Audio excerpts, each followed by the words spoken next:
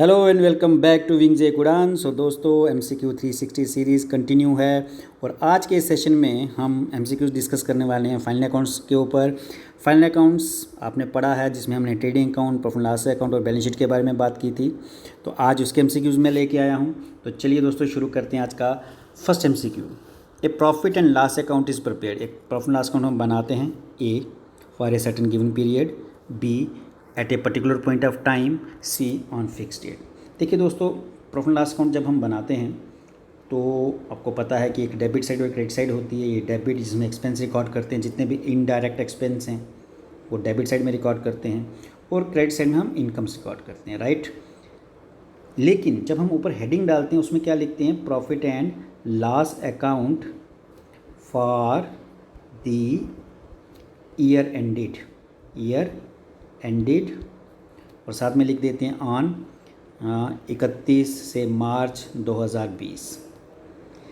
Year ended on 31 मार्च, यानी year कब and हो रहा है? 31 मार्च। इसका मतलब जो ईयर एंड 31 मार्च को हो रहा है वो शुरू भी होगा। तो हम बनाते हैं, इसका मतलब हमने ये बनाया 1 अप्रैल 2019 से लेके टू 31 मार्च 2020 तक। तो ये एक गिवन पीरियड का हमने बनाया है, राइट। तो आंसर क्या होना चाहिए इसका? आपको दिख गया कि गिवन पीरियड क्या है, 1 अप्रैल 2019 से 31 मार्च 2020। तो आंसर हमारा होना चाहिए for a given period. B जो ऑप्शन है, at a particular point of time, at a particular point of time पे बैलेंस शीट बनती है।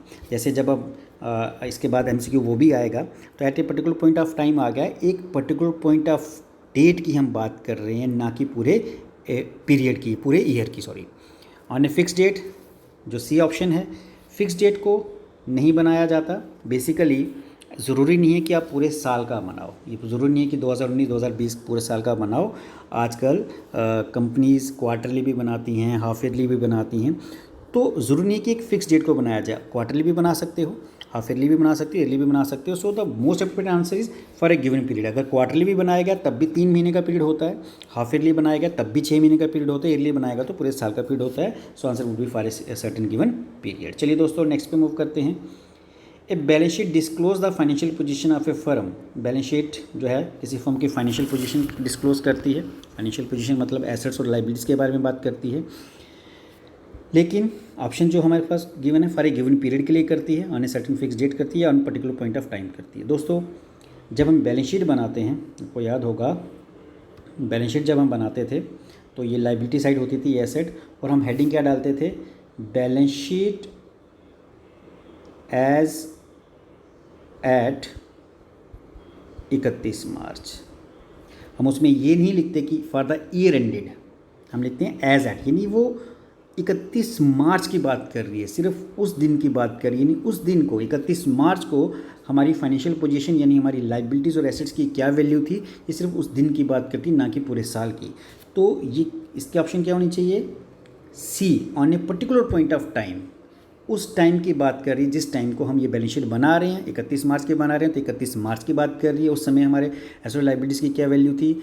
31 दिसंबर को बना रहे हैं तो सिर्फ 31 दिसंबर की बात करेगी कि उस समय हमारे एसेट लाइबिलिटीज़ की क्या वैल्यू थी। So on a particular point of time की ये बात करती है, not for a given period. चलिए दोस्तों नेक्स्ट पे मूव करते हैं। Profit and loss account shows the, profit loss account क्या शो करता है? ऑप्शंस आर, आई होप ये तो आपको पता भी होगा। Profit earn by business, total capital employed, profit loss through sale of assets. Profit loss account हम बनाते हैं इसलिए कि हम बिज़नेस का प्रॉफिट देख सकें। टोटल कैपिटल एम्प्लॉयड यानी ओनर ने कितना पैसा लगाया, इसके बारे में ये बात नहीं करता।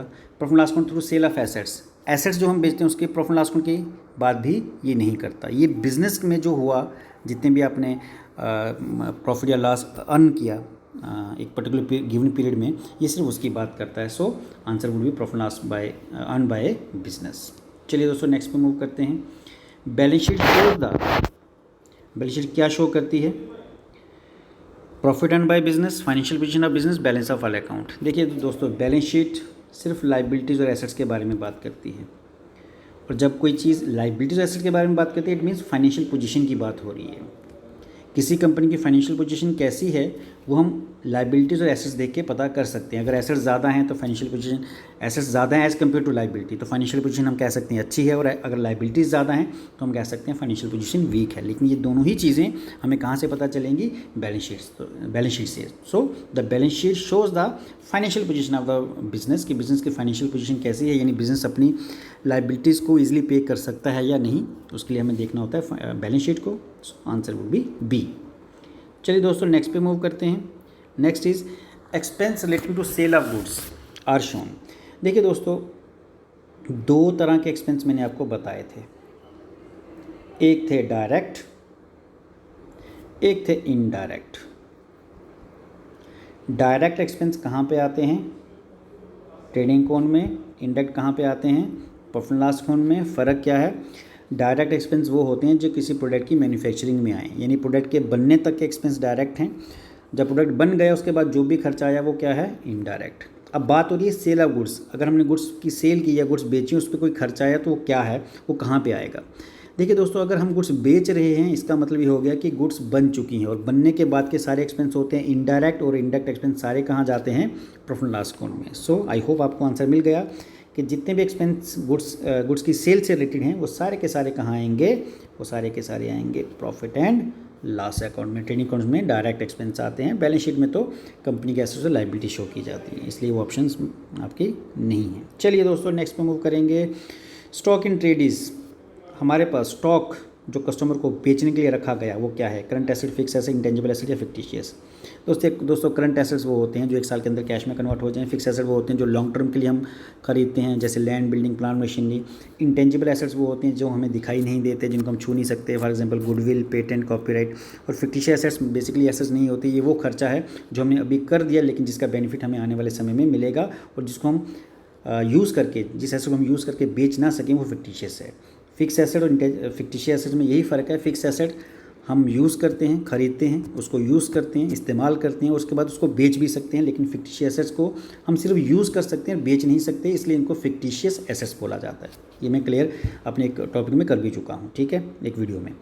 तो अभी स्टॉक हमारा जो है वो करंट एसेट है, क्योंकि ऐसे एसेट जो एक साल के अंदर कैश में कन्वर्ट हो जाएं वो करंट एसेट्स हैं, और स्टॉक हमारा एक ऐसा एसेट है जिसको हम एक साल के अंदर नॉर्मली कैश में कन्वर्ट कर लेते हैं। So it is a current asset. चलिए दोस्तों नेक्स्ट पे मूव करते हैं। Valuation of closing stock is at, closing stock को हम किस वैल्यू पे लेते हैं? A cost price, B market price, C cost of market price, whichever is lower. तो क्लोजिंग स्टॉक को आपको याद होगा, ये बड़ी बार करवा चुका हूँ, हम किस प्राइस पे लेते हैं?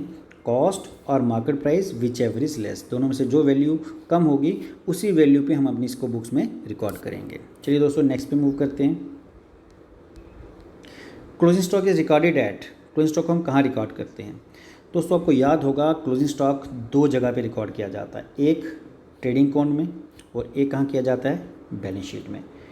ट्रेडिंग अकाउंट में कहाँ पे आता है ये भी आप याद रखो, क्रेडिट साइड में, और बैलेंस शीट में कहाँ आता है? एसेट्स में। और अगर सब हेड की बात करें तो अंडर करंट एसेट आता है क्लोजिंग स्टॉक।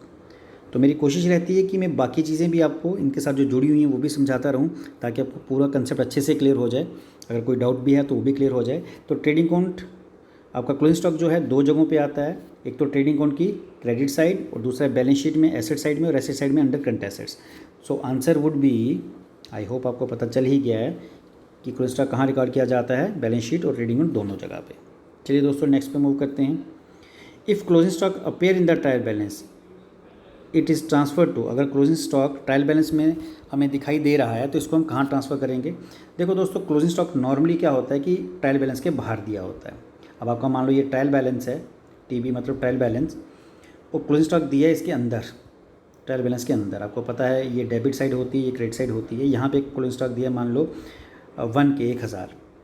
तो अगर क्लोजिंग स्टॉक ट्रायल बैलेंस के अंदर दिया हुआ है तब ये सिर्फ और सिर्फ कहाँ जाएगा? बैलेंस शीट में। और अगर बाहर दिया तो दो जगह, मैंने अभी पिछले MCQ में बताया, ट्रेडिंग अकाउंट और बैलेंस शीट।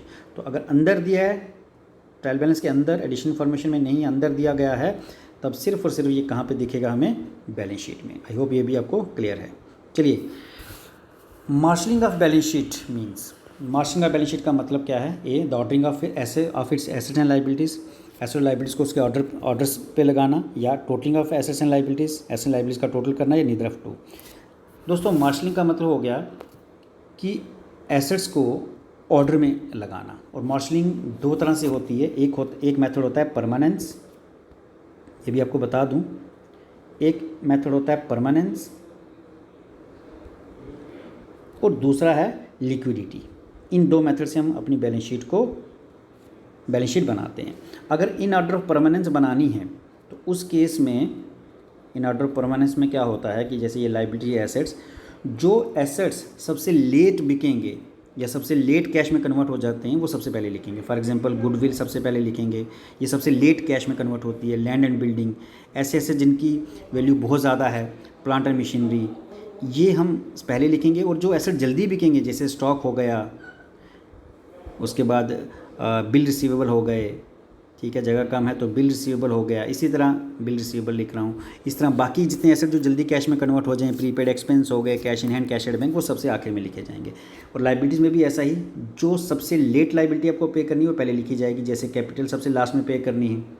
उसके बाद आपकी लॉन्ग टर्म लाइबिलिटीज़ आ जाती हैं जो उसके बाद पे की जाती हैं, और सबसे आखिर में पे की जाती हैं करंट लाइबिलिटीज़। ये हो गया इन ऑर्डर ऑफ परमानेंस। और इन ऑर्डर ऑफ लिक्विडिटी क्या हो गया, इसका उलट। लिक्विडिटी अगर फॉर्म में लिखना है, लिक्विडिटी की फॉर्म में, तो उस केस में जो एसेट जल्दी बिकेंगे जैसे कैश इन हैंड, ये तो हार्ड कैश है, कैश एट बैंक, बैंक से आप पैसा कभी भी निकाल सकते हो। शॉर्ट टर्म इन्वेस्टमेंट हो गई, बिल रिसीवेबल हो गया, डेटर्स हो गए। तो जो एसेट्स सबसे जल्दी बिकेंगे वो ऊपर आएंगे और जो सबसे लेट बिकेंगे वो सबसे लास्ट में आएंगे। ठीक इसका पहले वाले का उलट कर देना है। लाइबिलिटीज़ में भी सेम, जो लाइबिलिटीज़ जल्दी आपको पे करनी है जैसे करंट लाइबिलिटीज़ वो सबसे ऊपर आएंगी, जो थोड़ी लेट पे करनी है लॉन्ग टर्म लाइबिलिटी वो इसके नीचे आ जाएंगी, और सबसे आखिर में जो पे करनी है कैपिटल वो सबसे आखिर में आ जाएगी। तो ये हो गया इन ऑर्डर ऑफ लिक्विडिटी, ये भी मैंने आपको बता दिया।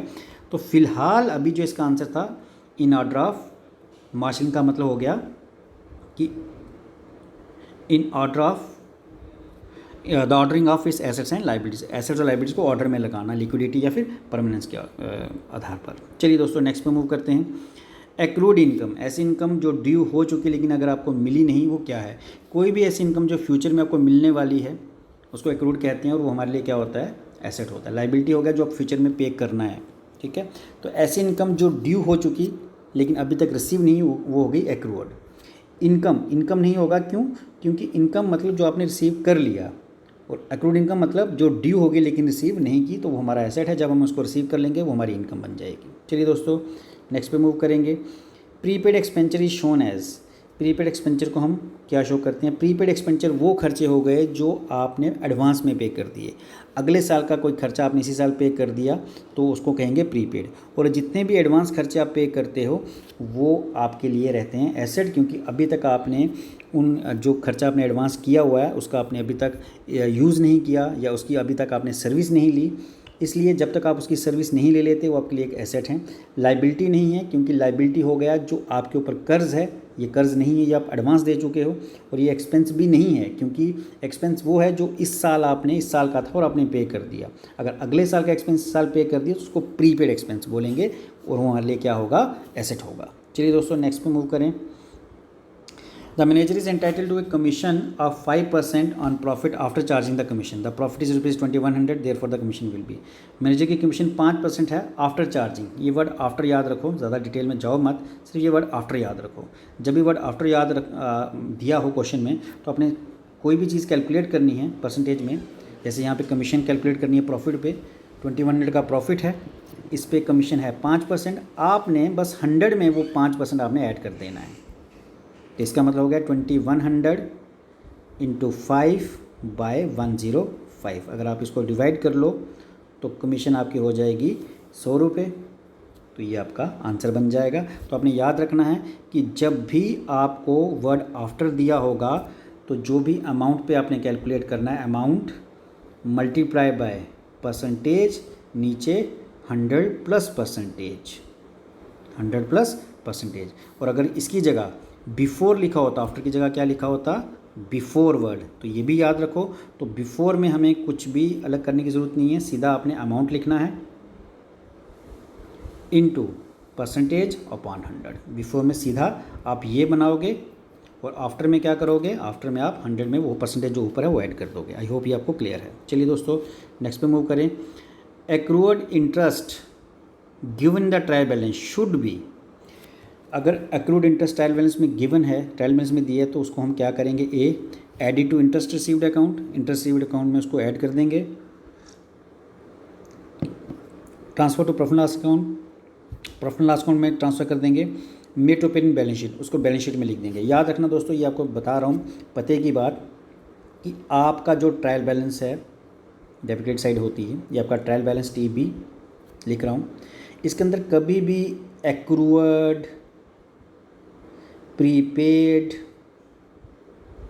आउटस्टैंडिंग वर्ड, ड्यू, ये वर्ड के साथ कोई एक्सपेंस या इनकम की बात हो रही हो तो याद रखना वो हमेशा सारी की सारी कहाँ जाएंगी, बैलेंस शीट में। तो ये याद रखो, आपको फिर से बोल रहा हूँ, accrued expense, prepaid expense, accrued incomes, prepaid expense, outstanding expense, कोई एक्सपेंस ड्यू अगर ट्रायल बैलेंस के अंदर दिए गए हैं तो ये सारे के सारे आंख बंद करके आपने बैलेंस शीट में रिकॉर्ड करने हैं। क्लियर हो गया। और अगर ट्रायल बैलेंस के बाहर दिए गए हैं तब बैलेंस शीट में तो ये आएंगे ही आएंगे, साथ ही साथ आपका ट्रेडिंग अकाउंट या फिर प्रॉफिट एंड लॉस अकाउंट में भी आएंगे। पूरा इसके बारे में मैंने फाइनल अकाउंट्स में बता दिया हुआ है, जिन्होंने वीडियो नहीं देखा वो देख लो आप। ठीक है, चलिए नेक्स्ट पे, the amount of 1000 pay to transport company to send a machine should be debited to. हम उसको कहाँ पे डेबिट करेंगे, A the Hindustan transport company account, freight account, machine account, cash account. दोस्तों मैंने आपको पहले भी बताया था, कोई भी फिक्स एसेट खरीदते वक्त, मशीन, बिल्डिंग, फर्नीचर, कोई भी फिक्स एसेट जब हम खरीद रहे हैं उस पर कोई भी खर्च आया वो कैपिटल एक्सपेंडिचर होता है। सबसे पहली बात वो क्या है, कैपिटल एक्सपेंडिचर। और कैपिटल एक्सपेंडिचर अलग से रिकॉर्ड नहीं किए जाते, वो उस एसेट की कॉस्ट के साथ जोड़ दिए जाते हैं। तो यहाँ पे एसेट का नाम क्या है, मशीन, तो मशीन अकाउंट को ही हम डेबिट करेंगे।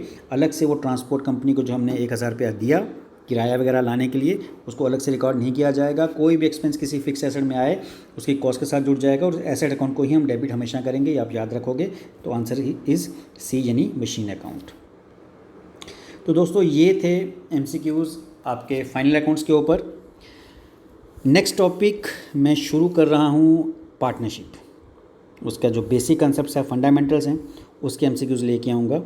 तो आप उस टॉपिक को थोड़ा सा पहले से रीड करके रखें, सो दैट जब मैं MCQs करवाने लगूँ तो आपको MCQs के बारे में समझ भी आता रहे और आपको एटलीस्ट कुछ MCQs पहले से भी आने चाहिए, क्योंकि हमने पढ़ा हुआ है इसके बारे में।